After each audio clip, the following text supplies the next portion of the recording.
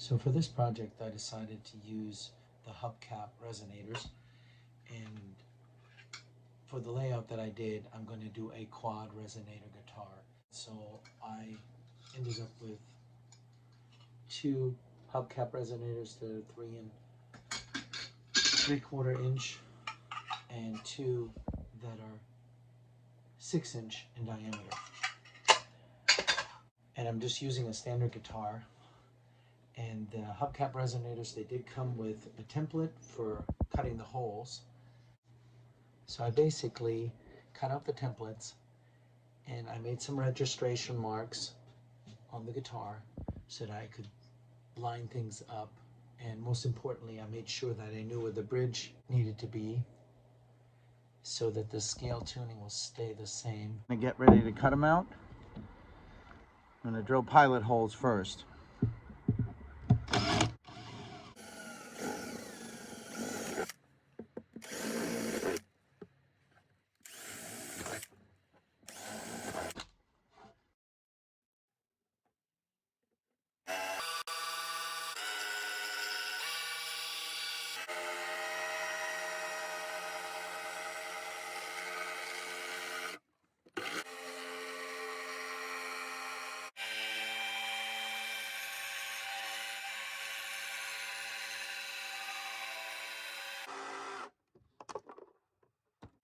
So one of the biggest concerns I got about this project is that this area right here is not very well supported.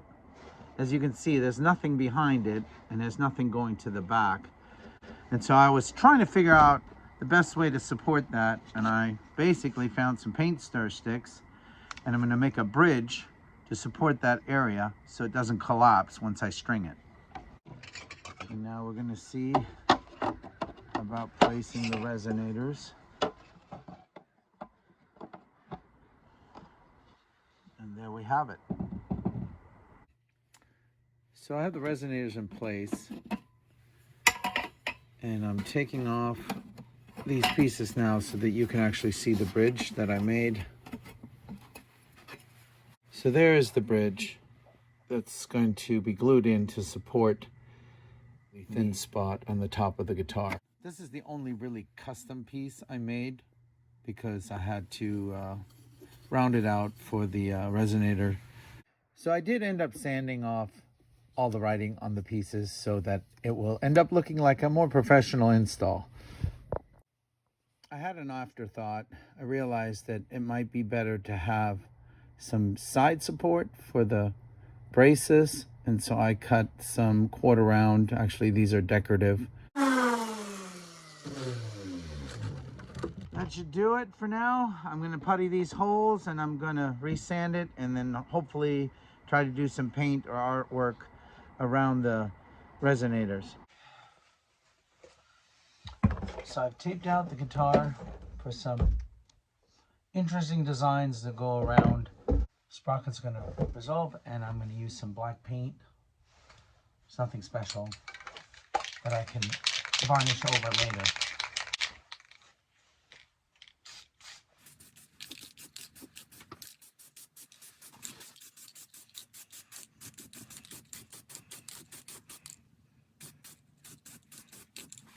So this part's the most important. Once you got all your artwork on there, no matter how you applied it, whether it was Sharpie or whether it was black spray paint, you got to make sure that you use a water-based varnish to cover it so it doesn't end up bleeding out. Here goes nothing.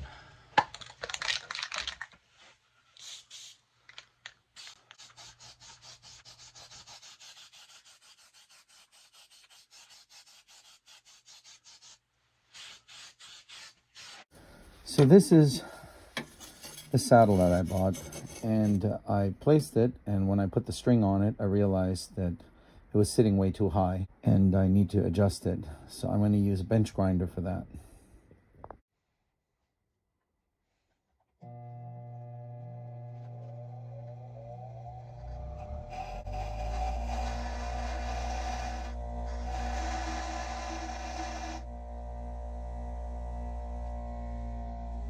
I finished grinding this. As you can see, I set the bridge below and I dropped it down about 3/8 of an inch, which should be enough to get decent action.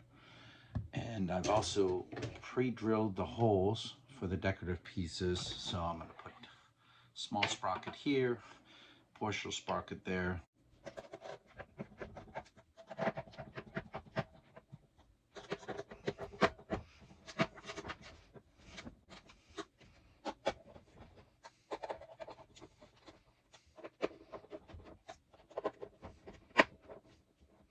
And there you have it. Well, I pretty much got all the decorative pieces on now, and I put one string on it just so I could check the action, and I'm going to follow it through so that you can see that the string is pretty even going all the way down. There's a little bit of raise that I'm going to adjust by notching back here a little bit on the saddle. Totally done. I did install a slimline pickup so I can electrify it, and let's give it a try.